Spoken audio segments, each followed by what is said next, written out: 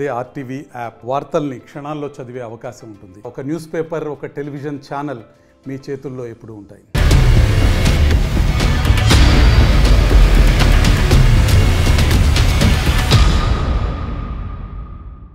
ఆంధ్రప్రదేశ్లో ఎన్నికలు దగ్గర పడుతున్నాయి. మే 11 ఎన్నికలు జరగబోతున్నాయి. కానీ ఆ వేడి చూస్తుంటే మాత్రం, రచ్చ చూస్తుంటే మాత్రం నా భూతో అన్నట్టుగానే ఉంది. అవును, చాలా ఇంట్రెస్టింగ్ రాజకీయాలు జరుగుతున్నాయి. ముఖ్యంగా సెలక్షన్స్ దగ్గర నుంచి, అంటే క్యాండిడేట్స్ సెలక్షన్ దగ్గర నుంచి ఈ ప్రచారం వరకు కూడా హోరెత్తించేస్తున్నాయి ప్రధాన పార్టీలన్నీ కూడా.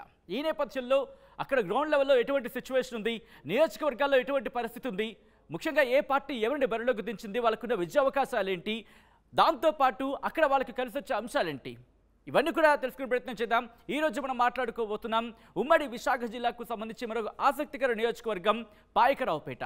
ఇక్కడ ఎవరిని బరిలోకి దించారు, ఏ పార్టీ ఎవరిని బరిలోకి దించింది, వాళ్ళ ప్రొఫైల్ ఏంటి, దాంతోపాటు వాళ్ళకున్న విజయ అవకాశాలు ఏంటి, ఇవన్నీ తెలుసుకునే ప్రయత్నం చేద్దాం.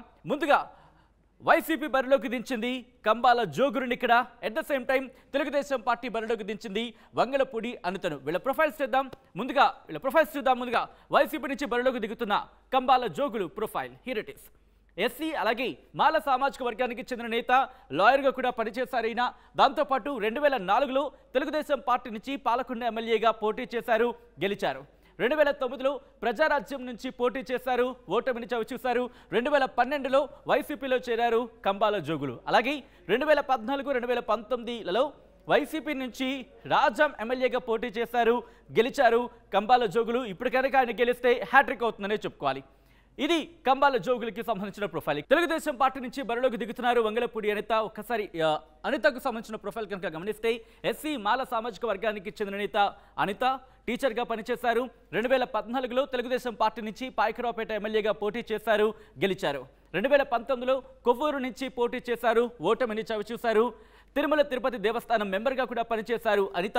ఇక తెలుగుదేశం పార్టీ మహిళా విభాగం అధ్యక్షురాలిగా ఉన్నారు అనిత. ఇది అనితకు సంబంధించిన ప్రొఫైల్. ఇక పాయకరావుపేట నియోజకవర్గానికి సంబంధించి ప్రొఫైల్ని క్లుప్తంగా చూసే ప్రయత్నం చేస్తే కనుక, అనకాపల్లి లోక్సభ స్థానంలో భాగం పాయకరావుపేట నియోజకవర్గం.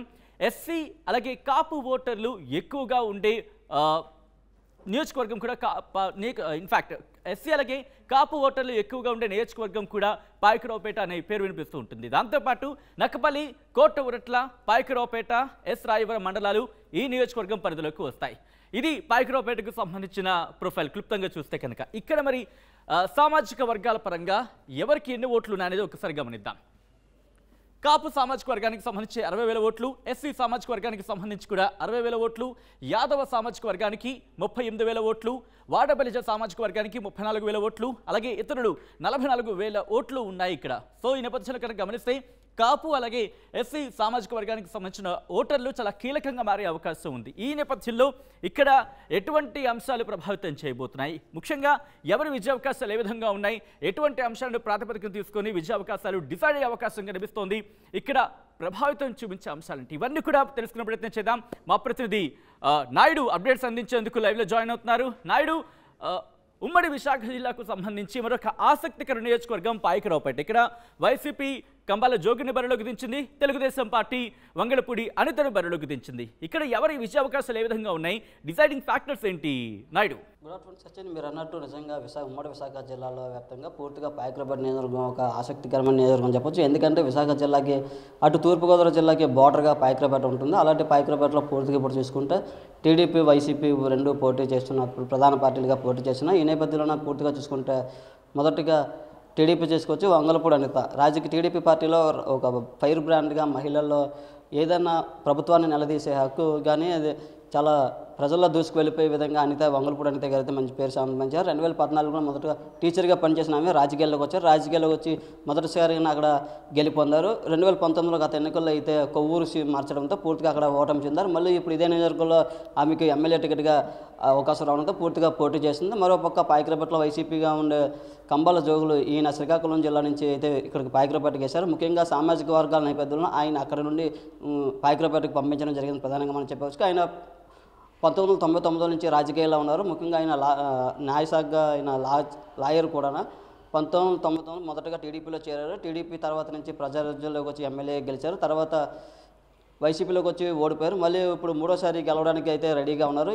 ఒక హ్యాట్రిక్ కొడదామని ఈసారి అయితే ఆయన ఉన్న పరిస్థితి. పూర్తిగా ప్రజల్లో కూడా ఎక్కువ ప్రచారంలోనైతే కంబాల జోగులో దూసుకెళ్తున్న పరిస్థితి. అయితే ఎక్కువగా ప్రాధాన్యత గెలిచే అనితకి ఎక్కువగా ఉందని, ఎందుకంటే పాయకరావుపేటలో స్థానికంగా ఉండే ఎమ్మెల్యే మాకు కావాలని వాళ్ళు అయితే చెప్తున్న పరిస్థితి. ముఖ్యంగా గత ఎన్నికల్లో గొల్లబాబురావు కూడా స్థానికుడే, అందుకే వీళ్ళిద్దరి మధ్య అయితే ఒక తీవ్రమైన పోటీ నెలకొంది. పూర్తిగా ఇప్పుడు చూసుకుంటే పాయకరావుపేటలో సామాజిక వర్గాలుగా చూసుకుంటే ఎస్సీ సామాజిక వర్గం, కాపు రెండు ప్రధానమైన ఓటర్లు, ఎక్కువగా ఎస్సీ క్యాండిడేట్లు. అందుకే క్యాండిడేట్లను కూడా అక్కడ ఎస్సీ క్యాండిడేట్లైనా పెట్టడం జరుగుతుంది. ఏదైనా ఇప్పుడు చూసుకుంటే అయితే నువ్వా నేను అన్న టైప్లో పాయకరావుపేటలో ఉంటుంది.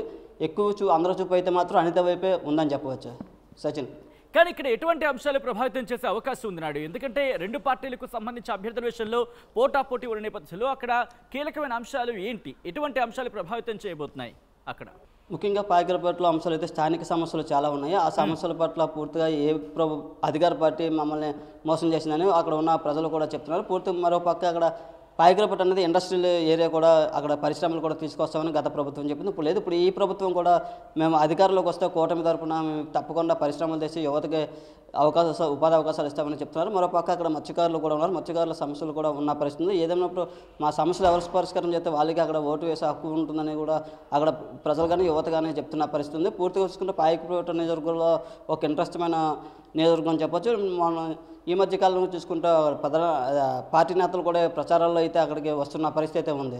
సచిన్, రైట్. వైసీపీ చూసుకుంటే కనుక సంక్షేమ ఫలాలు మేము ప్రజలకు చేరవేశాం, అవే మాకు ఓట్ల రూపంలో తిరిగి వస్తాయనేది ఇక్కడ వైసీపీ భావిస్తున్న తరుణంలో టీడీపీకి సంబంధించి ఎటువంటి వ్యూహంతో వెళుతోంది? అక్కడ ప్రచారం విషయంలో ఎటువంటి వ్యూహాలతో వెళుతున్నారు రెండు పార్టీలకు సంబంధించి? రెండు పార్టీలు చూసుకుంటే ఓ పక్క కూటమి అమర్చి ప్రభుత్వం చేసిన అరాచకాన్ని, ఈ ప్రభుత్వం చేసిన మోసాన్ని, ప్రజలకి సంక్షేమ పథకాలు అంటూ చెప్తుంది కానీ ప్రజల నుంచి దోచేస్తుందని వీళ్ళు ప్రజలకు తెలియజేస్తున్నారు. మరోపక్క వైసీపీ పార్టీ ఏమొచ్చి జగన్ చేసిన సంక్షేమ పథకాలే మమ్మల్ని గెలిపిస్తాయని జోగులు కూడా చెప్తున్న పరిస్థితి. ఎందుకంటే జోగులతో కూడా మనం మాట్లాడిన పరిస్థితులు కూడా ఉన్నాయి. జగన్ చేసిన ప్రజా సంక్షేమం మమ్మల్ని మళ్ళీ గెలిపిస్తుంది, ప్రజలకి పెద్ద ఎత్తున సంక్షేమ పథకాలు అందుతున్నాయి, అదే 1వ తారీఖు వెళ్ళి వాళ్ళకి పెన్షన్ కూడా అవుతుంది, ఇవన్నీ మమ్మల్ని గెలిపిస్తాయని చెప్తున్న పరిస్థితి. మరోపక్క ఈ చంద్రబాబుని నమ్మే పరిస్థితి ప్రజల్లో లేదని కూడా వాళ్ళు చెప్తున్నారు. ఎన్ని కూటములు వచ్చినా మేము జగన్ ఒక్కడే సింగిల్గా సీఎం అవుతారని అయితే కంబాల జోగులు గారు చెప్తున్నారు. Right Naidu, thanks for the update. So మొత్తంగా అయితే మాత్రం పాయకరావుపేట నియోజకవర్గానికి సంబంధించి ఒక ఉత్కంఠకర పోరు కొనసాగక తప్పదంటే అటువంటి పోరును మనం చూడొచ్చు అని చెప్పడం ఎటువంటి అతిశయోక్తి లేదని చెప్పుకోవాలి. ఎందుకంటే హోరాహోరీగా ఉంది. ముఖ్యంగా ఇక్కడ వైసీపీకి సంబంధించి కంబాల జోగులు బరిలో నిలిచారు. At the same time Telugu Desam party నుంచి వంగలపూడి అనిత. ఈ నేపథ్యంలో అక్కడ ఏం జరగబోతోంది, ఓటర్లు ఎవరిని తమ ఎమ్మెల్యేగా అసెంబ్లీకి పంపించబోతున్నారనేది మే 13 తేలబోతోంది. ఆ పేరు ఎవరు ఆ వ్యక్తి అనేది జూన్ 4న ఫలితాల రోజు చూద్దాం.